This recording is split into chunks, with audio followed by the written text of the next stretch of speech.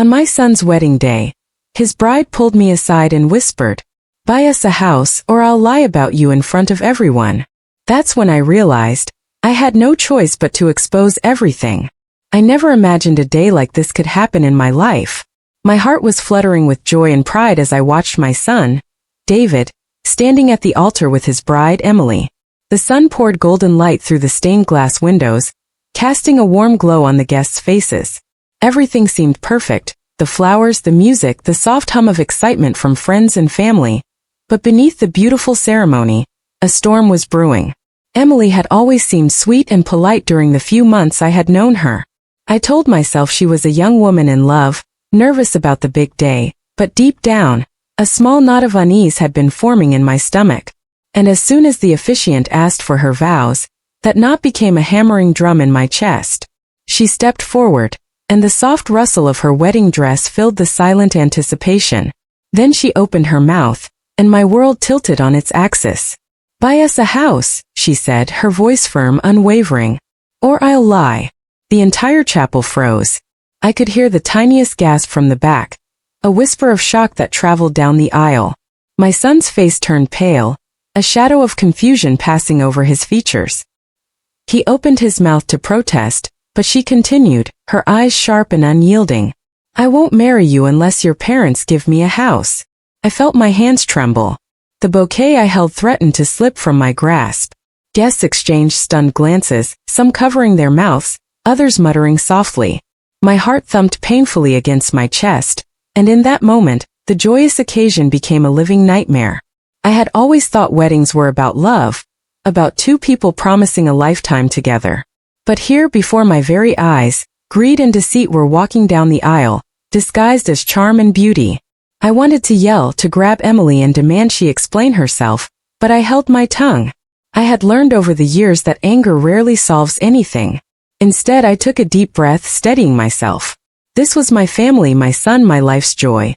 I would handle this carefully but firmly. I would reveal the truth. Emily's gaze was locked on me, almost daring me to react.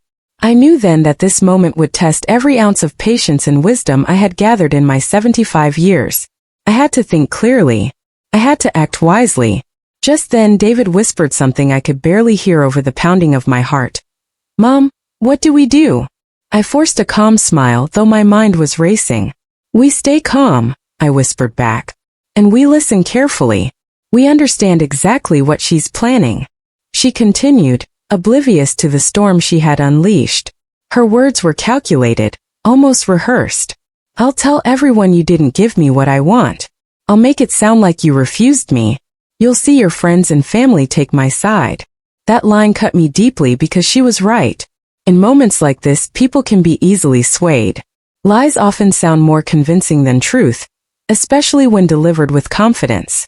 My instincts screamed at me that something had to be done immediately, but I also knew that an overreaction could cause irreparable damage to my son and to the family. I glanced at David. His hands were clenching tightly, and his knuckles were white. I reached out, touching his shoulder softly. "Remember," I said gently, "sometimes the truth doesn't reveal itself in words alone. It shows itself in actions, in patterns, in small details. Pay attention." I felt a flicker of hope. If we stayed observant, if we acted with intelligence rather than emotion, maybe we could handle this without destroying the day entirely. But I couldn't shake the feeling that a revelation was coming. Something that would expose Emily for who she really was, once and for all. Midway through the ceremony, I caught my breath and decided to pose a question to the audience here. Have you ever seen someone you loved be confronted by deceit in the most public way possible? How would you react if it were your child standing there, blind to the danger? Think about that for a moment, because sometimes the answers lie in how we choose to respond under pressure. If you're watching this story unfold and feel your heart racing, imagine being in my shoes. I want you to stay with me till the end, because the truth I'm about to reveal will shock you, and it's something no one saw coming. Before we continue, please take a moment to hit subscribe, like, and share, because this story isn't just mine. It's for anyone who's ever faced betrayal disguised as love. Now, returning to that fateful moment, as Emily demanded her house, I noticed subtle hints in her expression, the tiny twitch in her eye, the way her hand clenched the bouquet. These were signs of someone who had carefully orchestrated this moment. My heart ached for David, my son who had always trusted the world blindly. I knew I had to intervene, but I had to do it carefully. I had to reveal the truth, but not in a way that would humiliate him or escalate the confrontation. As the priest paused, uncertain, I felt the weight of decades of experience guiding me. I would tell the story of who Emily really was, the hidden motives, and the history she hoped no one would uncover. And that's when I realized sometimes the hardest truths are the ones we have to speak in the most public places, under the brightest lights when the stakes are highest. By the end of that day, the wedding would be remembered not for its beauty, but for the revelation that shook our family to the core. And I was ready. After Emily's shocking demand at the altar, a heavy silence settled over the chapel. The air felt thick, almost suffocating, and I could sense the guests shifting uncomfortably in their seats. Some whispered to one another. Others looked at me with wide, questioning eyes. I knew they expected me to respond, to calm the storm, or to confront the audacious bride. And in that moment I realized I had to act, not out of anger but out of necessity. My son David needed me more than ever. I cleared my throat softly, letting my voice carry gently through the hushed room. "Everyone, please, just a moment," I said, trying to steady my own racing heartbeat. My gaze landed on Emily. She held her head high, smiling faintly, as though she had rehearsed this entire scene 100 times in her mind. But I had seen enough of the world to know that confidence often masks desperation and lies.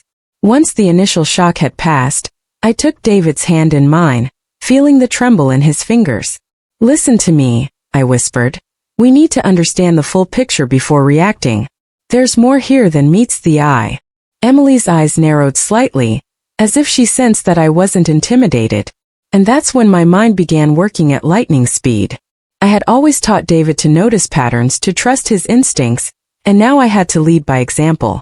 I couldn't let her manipulation go unchecked. Not on this day, not ever. Later, as the ceremony awkwardly continued, I found a quiet moment to pull David aside. "Do you remember how she met us?" I asked softly. He nodded, puzzled. Did anything about her story seem unusual at the time? David frowned. "Well, she said she grew up nearby, had a small family, seemed genuine. But I guess now that you mention it, some things didn't add up." "Why?" I gave him a careful, calm smile. "Because the truth always shows itself eventually. And sometimes people will lie to get what they want. We're about to uncover a lot of things today. And it's better you know the signs early." As I spoke, Emily was watching us, her smile fading just slightly. I could see the calculation behind her eyes, the subtle panic masked by poise. That's when I realized she had underestimated me, and that was my advantage. I decided it was time to start gently revealing the threads of her deception. I began recounting small incidents I had noticed during the few months we had known her. "Remember the time she asked David to help her borrow expensive jewelry from a friend for a photo shoot?" I said, my voice quiet but firm. David's eyes widened, recalling the event. "And when she claimed her parents were wealthy, but couldn't provide any proof?" I continued, watching his reaction closely. Step by step, I unveiled the inconsistencies in her stories, the subtle lies she had woven to appear charming and trustworthy. David's confusion turned to shock, and then to concern. It was one thing to suspect, but another to see the pieces laid out so clearly. Midway through this tense moment, I paused and spoke directly to you, my audience. Have you ever had a feeling that something wasn't right about someone close to you, only to discover later that your instincts were correct? Think about that feeling of dread mixed with clarity, because that's exactly what David was experiencing now. Then I placed a gentle hand on his shoulder. "We need to confront this carefully. Not with anger, not with shame, but with truth. The truth will protect you and guide us through this mess." David nodded slowly, understanding the gravity of the situation. I could see his shoulders straighten, his resolve strengthening. "Mom, what do we do next?" he asked, his voice barely a whisper. "We observe, we document, and we prepare to reveal everything," I said firmly. "This isn't just about today's wedding. It's about protecting our family from a future built on lies." As the ceremony drew to its conclusion, I realized that the guests, oblivious to the full extent of Emily's deceit, were still under her charm. They had yet to see the cracks forming beneath the surface. I knew I had to act carefully, ensuring that the revelation would be undeniable, that it would leave no room for doubt or manipulation. That evening, after the awkwardly quiet reception, I invited David to join me for a private conversation in my study. I needed to go deeper, to trace Emily's past, and to uncover any secrets she had hoped to keep hidden. It was there, among the warm glow of the desk lamp and the quiet ticking of the clock, that I began piecing together the puzzle of Emily's past, realizing that the truth was far more shocking than I had imagined. By the time we finished that night, we had gathered enough evidence to confront the bride with facts, not accusations, with clarity, not emotion, with justice, not revenge. And as I looked at David, I felt a surge of pride. He had faced deceit head-on, guided by wisdom and patience, and together, we were ready to protect our family from a life built on lies. Little did Emily know, her plan to intimidate and manipulate us had already failed. The truth, like always, had a way of shining through, even in the most carefully staged performances. And the next day at the wedding, everything would come to light. The morning after the wedding was eerily quiet. The house was still, the sunlight filtering through the curtains casting gentle patterns on the walls, but inside my mind was racing. I had spent hours the night before piecing together Emily's past. Small inconsistencies in her stories, whispers from people she had interacted with, and some documents she had unknowingly left behind. Every detail pointed to a carefully crafted facade designed to manipulate my son, and ultimately our family. David sat across from me, his face pale but determined. "Mom, are you sure about all this?" he asked, his voice trembling slightly. "It's hard to believe someone I love could plan something like this." I reached over, placing my hand on his. "David, love doesn't make people blind to truth. It often disguises it. Yes, but it doesn't erase instincts. Pay attention to patterns, not promises. This isn't about judging her character. It's about protecting our family from a lifetime of lies." He nodded, swallowing hard. "So what's our first step?" "We confront the facts," I said firmly. "Not with anger, but with evidence. That's how we reveal the truth without giving her room to twist the story." I had spent the previous evening reviewing her background carefully. Emily had a history of manipulating situations to her advantage. Loans she had taken and never repaid, relationships strained by her demands, and subtle yet consistent lies about her family's financial status. I realized she had always prepared for this moment, demanding a house on her wedding day, confident no one would uncover her past. As I laid the evidence in front of David, his shock was palpable. Every photo, every document, every witness account built the same picture. Emily had crafted her story to secure a life that wasn't hers to claim. I could see the anger building in him, but I urged calm. "David, remember, we are revealing truth, not fighting a battle. Control your emotions. Let facts do the work." Midway through our review, I paused and addressed you, my audience. Have you ever had the sinking feeling that someone you trusted might not be who they seemed? Think about that unease, the instinctive doubt that gnaws at you silently, even when you want to believe the best. That's the feeling David had now, and it's a powerful reminder that sometimes love isn't enough to see deception clearly. Returning to the task, we compiled every inconsistency. The letters she claimed were from her parents? Fabricated. The generous relatives who supposedly gifted her savings? Non-existent. Every claim she had made about her past comfort and wealth unraveled like threads from a sweater. David's hand shook as he looked through the files. I can't believe she lied about all this," he whispered. "How could someone do this to me?" I pulled him into a comforting embrace. "People lie when they believe it will give them control. It's not about you, sweetheart, it's about them. And now we have the chance to stop her before she causes any more harm." We decided that the confrontation had to happen immediately, before the reception continued and the lies could spread further. I took a deep breath, summoning every ounce of composure I had cultivated over the decades. Emily needed to see that her manipulations were transparent, and that we were not afraid of the truth. When we finally approached her, she looked surprised, her confident veneer cracking just slightly. "Morning," she said, her voice brittle. "Are you ready to discuss the house?" I shook my head slowly, smiling faintly. "No, Emily. We're ready to discuss the truth. All of it." Her eyes narrowed, a flicker of panic visible. "I don't know what you're talking about," she said, trying to maintain her poise. I began presenting the evidence. Step by step, detail by detail, I laid bare her manipulations, her lies, and her history of deceit. Each revelation was carefully measured, ensuring that there was no room for her to twist the narrative. At first, she tried to deny everything, but as the evidence mounted, her composure crumbled. Her face went pale, her words faltering. Guests passing by the study peeked in, sensing the tension, and whispered to one another, their curiosity piqued by the unfolding drama. David, standing beside me, watched the unraveling of the woman he thought he loved. His heart ached, but I could see the clarity in his eyes, the painful understanding that love sometimes comes with harsh lessons. Midway through this confrontation, I spoke directly to my audience again. Have you ever faced a situation where truth had to be confronted, no matter how much it hurt? Imagine the mix of fear, courage, and hope swirling in your chest as you prepare to reveal what's been hidden. That's exactly the moment we were living now. By the time the discussion ended, Emily had no words left to defend herself. The lies she had so carefully constructed lay exposed, and for the first time, she realized she had underestimated our resolve. I turned to David, who was still shaken but composed. This is a lesson in truth, I said softly. Not just about Emily but about life. Lies can only survive for so long before the light of honesty exposes them. That day, the wedding, which had begun with a shocking demand, ended with a revelation so profound that everyone present would remember it for years.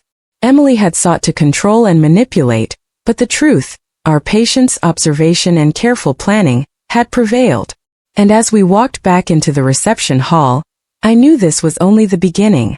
The story of deceit, confrontation, and ultimate clarity would continue, and the next chapters would reveal even more astonishing truths about the choices we make and the people we trust.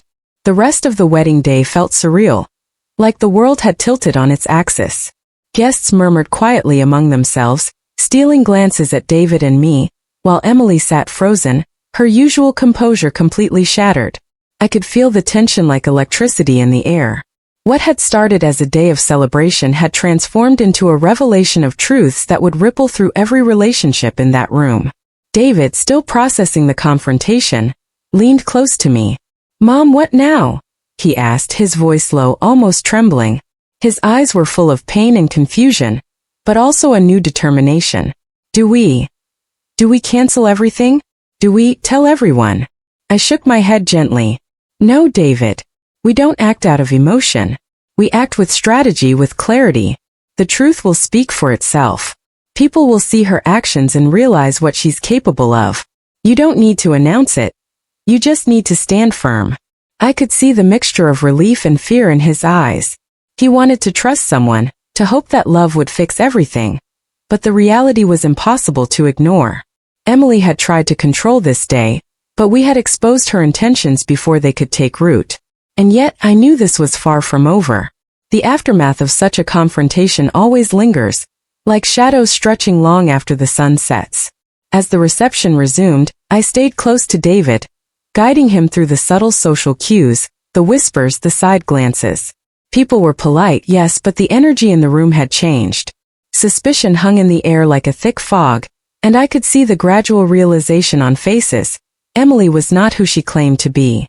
Midway through the reception, I noticed Emily retreating to a corner, her hands shaking as she attempted to regain composure. I could almost feel her panic, but I stayed calm, observing. Experience had taught me that those who manipulate often crumble under the weight of their own lies when exposed to scrutiny. And she was crumbling.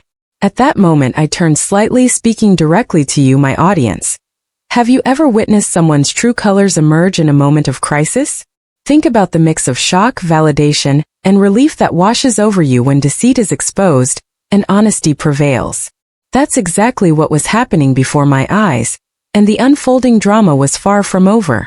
David, still recovering from the emotional roller coaster, asked quietly, "Mom, should we confront her again? Make her apologize?"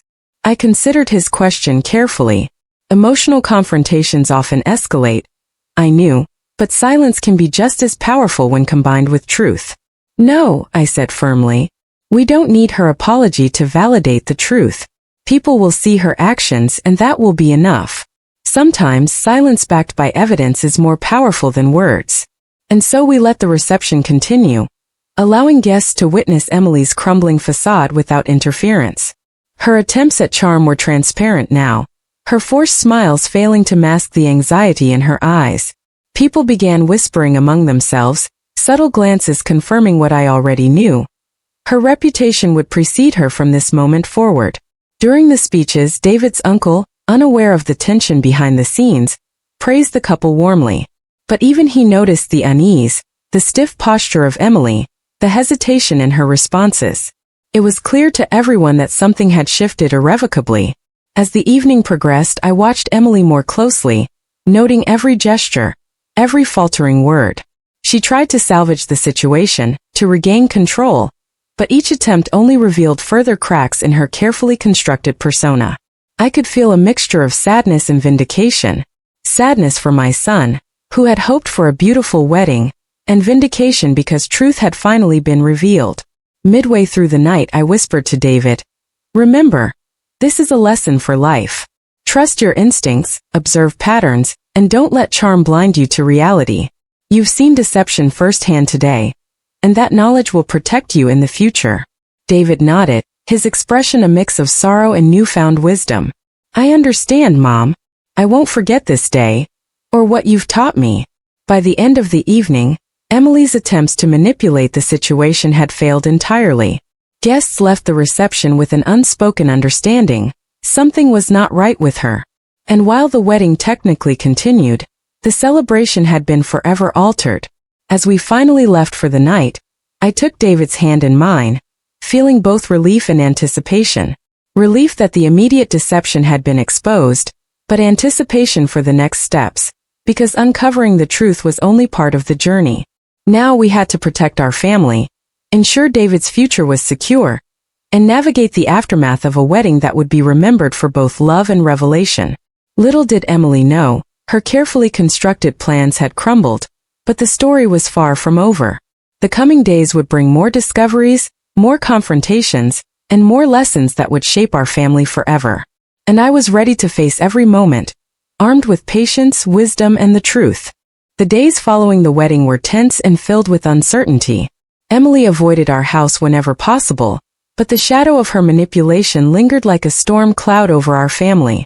David tried to focus on work, on life, but I could see the unease in his eyes, the doubt that clung to him after witnessing her audacious demands and the confrontation that had exposed her lies. I knew it was time to dig deeper. Emily's story didn't add up, and the more I looked, the more I realized she had orchestrated her entire persona with a specific goal: to secure a house and financial security at any cost. But she had left cracks, little traces of her deception that I was determined to follow. I began by retracing her steps, talking to neighbors, checking records, and contacting a few acquaintances she had mentioned.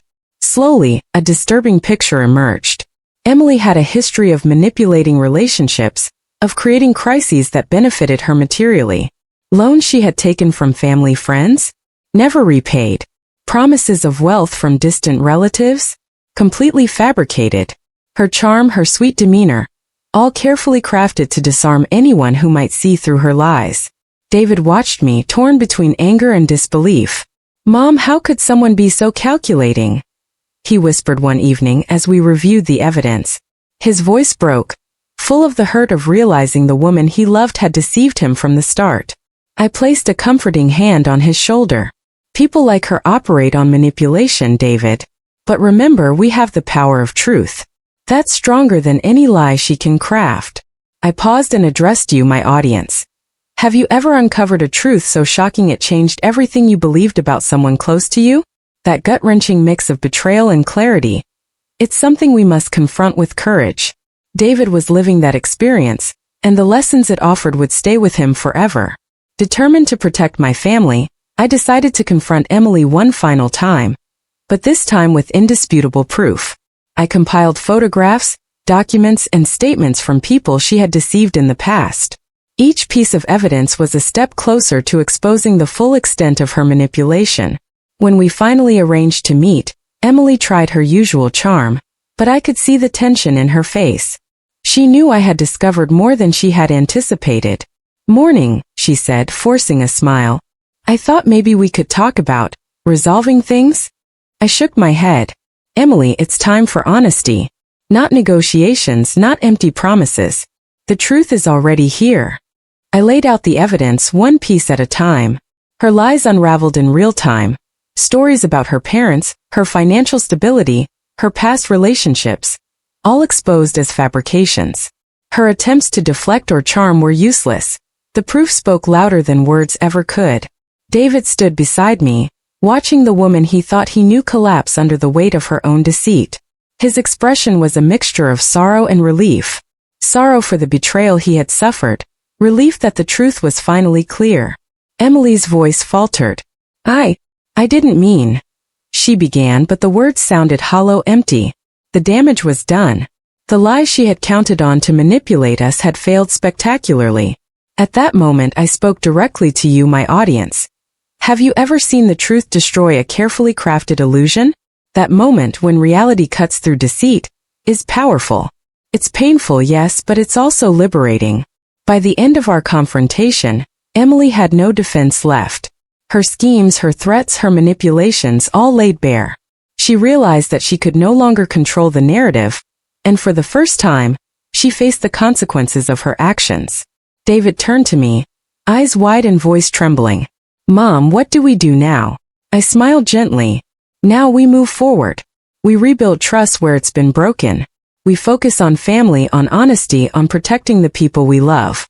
And we make sure that deception like this can never threaten us again. That night, as David and I sat together reflecting on the ordeal, I realized something profound. The wedding, which had begun with a shocking demand and threats, had transformed into a lesson in courage, patience, and the power of truth.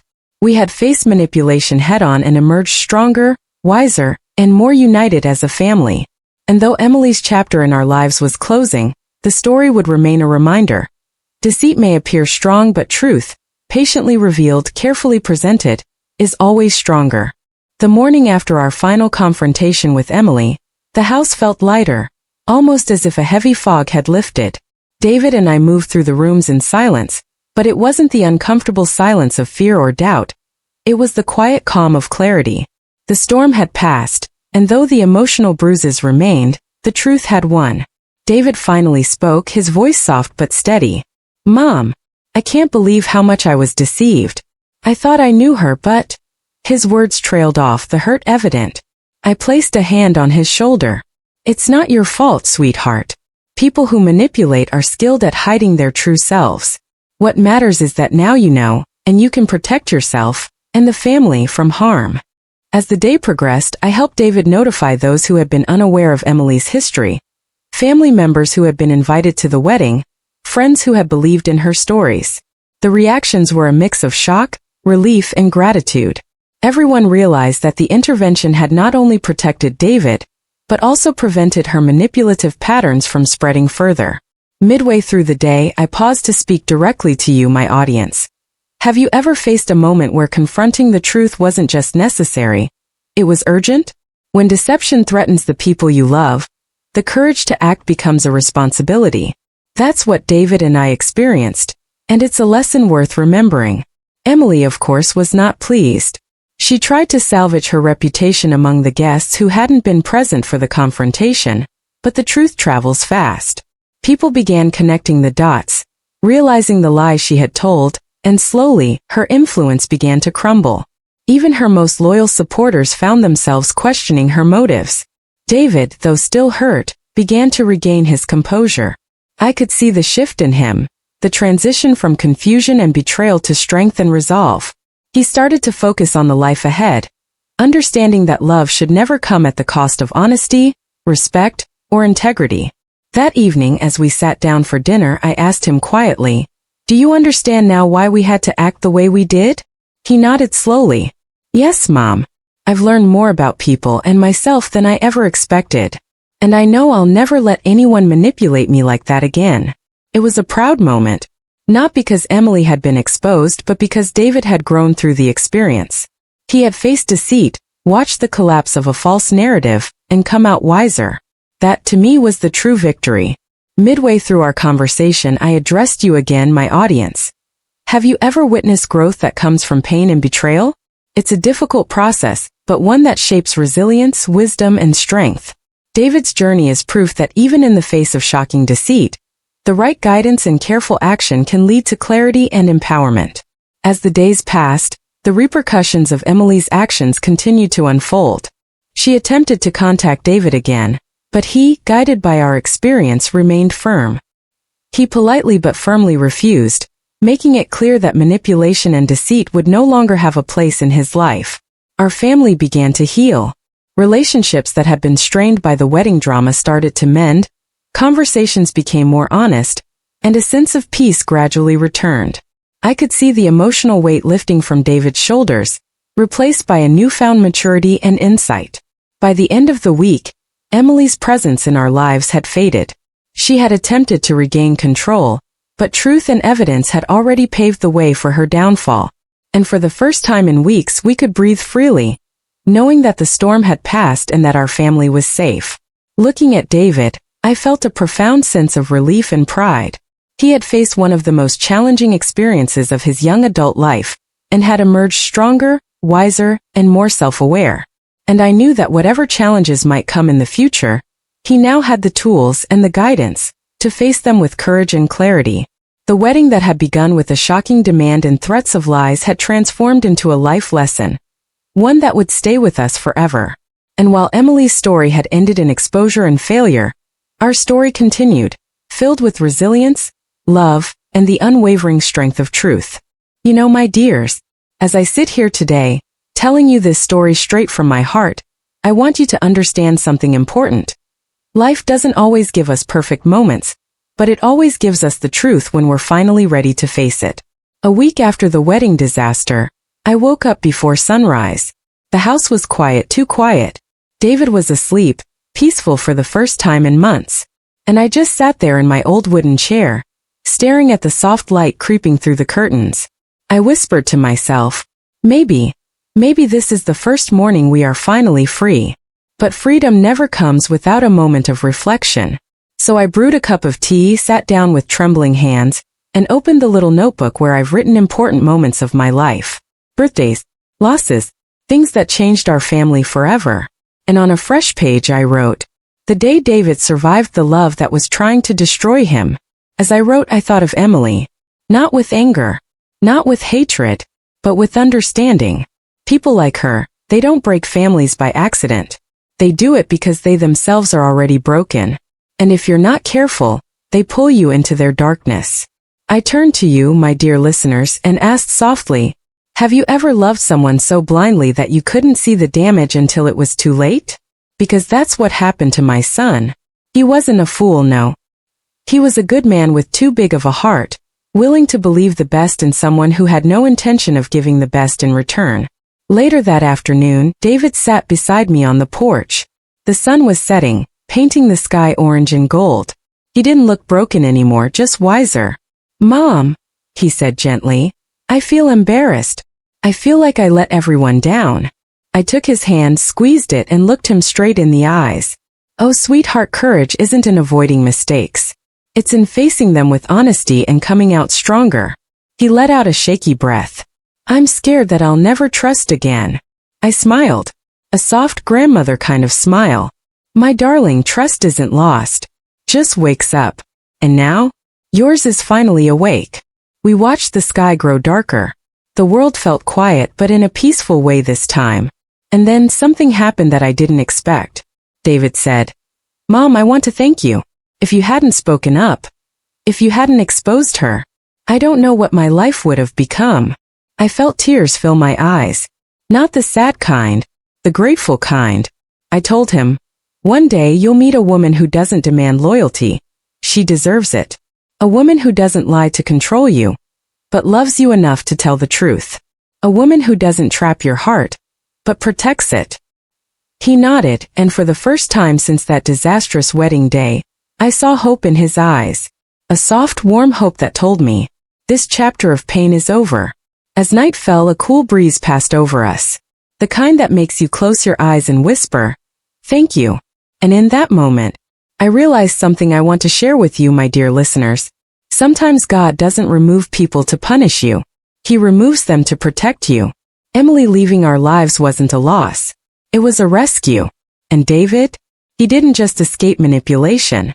He stepped into the beginning of his real life. And me? I finally let go. Of fear. Of frustration. Of the ache of watching my son fall apart. I let it all go. Because the truth had set us free. And freedom is the most beautiful ending any story can have.